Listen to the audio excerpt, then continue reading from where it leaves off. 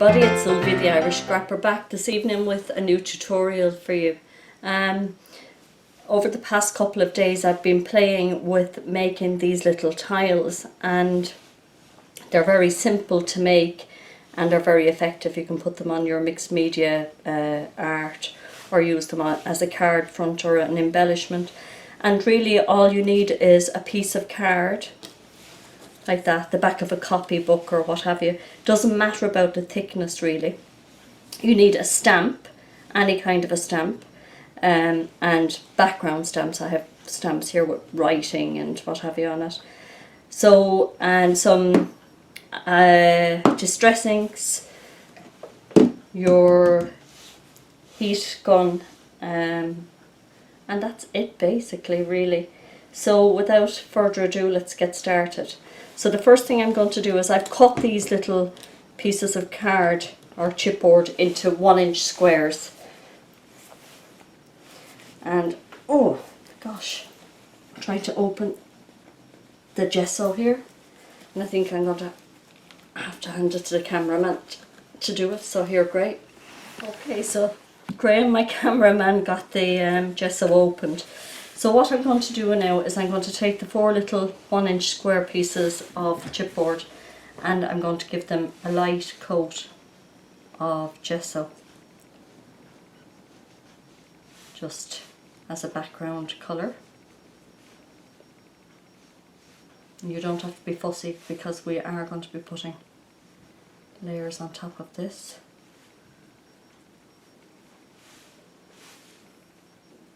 Just to take the raw look off them really. And then what I'm going to do is I'm going to dry that off real quickly with the heat gun.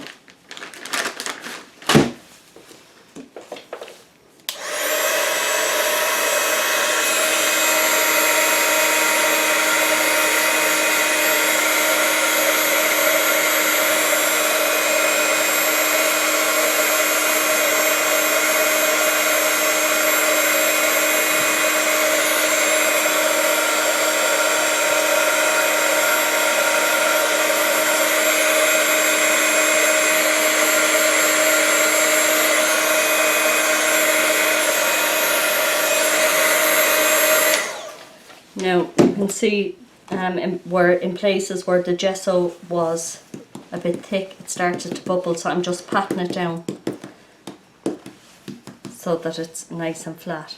Now the next thing I'm going to do is to apply a couple of different shades of distress ink. I'm using Wild Honey, Broken China and Chip Sapphire.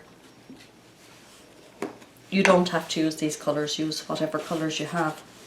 So just simply apply a bit of colour.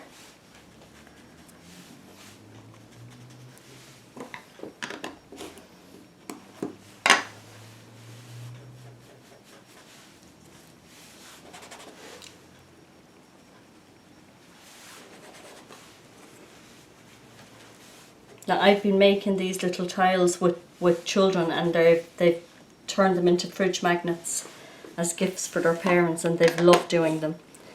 And now the darkest colour.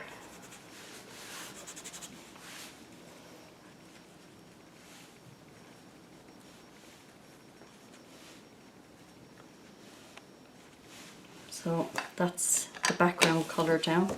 I'll just give that a quick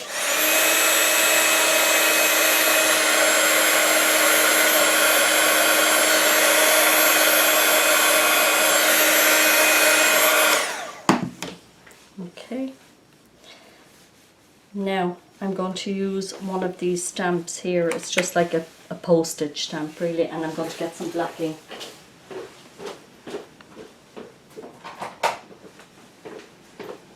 So I'm going to use the black Stays On because it's waterproof and permanent. So just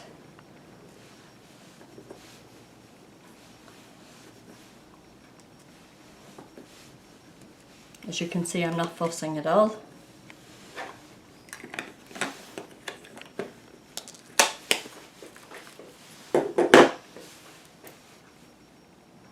And I'm going to put the 4 tiles together. Actually, you know, there's actually not much point in replicating the same one again, so I'll do something a little bit different with this one. I think what I'll do with this one is, and I won't have to do all four, is I'll cut out a butterfly quickly. So I've got some graphic 45 paper here with butterflies on them, and perhaps I'll go with, okay, so I'm just quickly going to cut out this particular butterfly.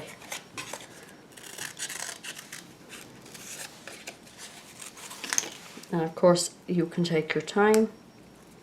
I'm always saying that, but when you're making the tutorials, I know myself when I'm watching tutorials on YouTube, I hate when they're very lengthy and you're hanging around watching paint dry. So I'm always conscious to try and get the tutorials done in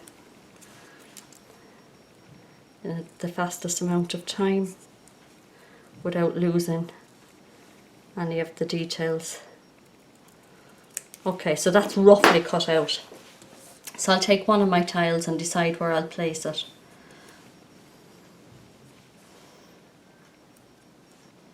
Okay, I'll put it on there. I'm using this clear gloss, which is very reasonably priced, and it's as good as Glossy Accents, but it dries an awful lot faster than Glossy Accents and costs considerably less. So I got that this afternoon off of Maura in the Crafty Corner here in Limerick, and actually that butterfly is a little bit big. Well, I was just saying that I try to get things done really quickly. Sometimes it doesn't work out because that butterfly I cut out is far too big for the tile, so I've gone ahead and cut a smaller little one. And once again I'm going to put this clear gloss on the back of it as the adhesive. And I'm going to find a spot on the tile and adhere it down. Then the other thing I want to do is, it's nice if you can put a little bit of a black edging to the tile, so I'm just literally pulling it across the stays on like that to give it not much of a black edge, but just enough to define it. And again, I'm taking the edges off the chipboard so they're black as well, like that. Now ideally everything should be left dry perfectly, but I'm going to belt ahead and put a layer of this clear gloss onto the tile.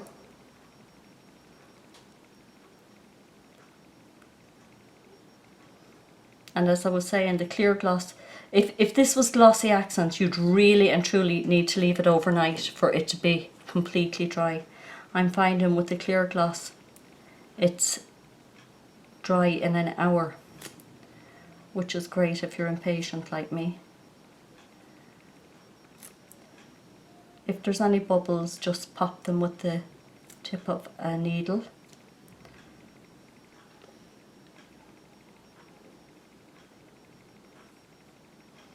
Now, so that's covered in the clear gloss, and I've got one or two other little embellishments using this technique that I can show you.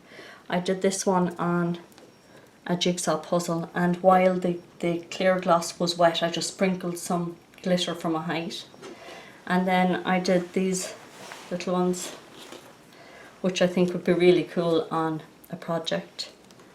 They're just images that I printed from the internet, and you can make them as big as you like. These are the ones I was making with the children in school. They were doing big ones and they just fit together like what? Like this. And they have little magnets put at the back of them.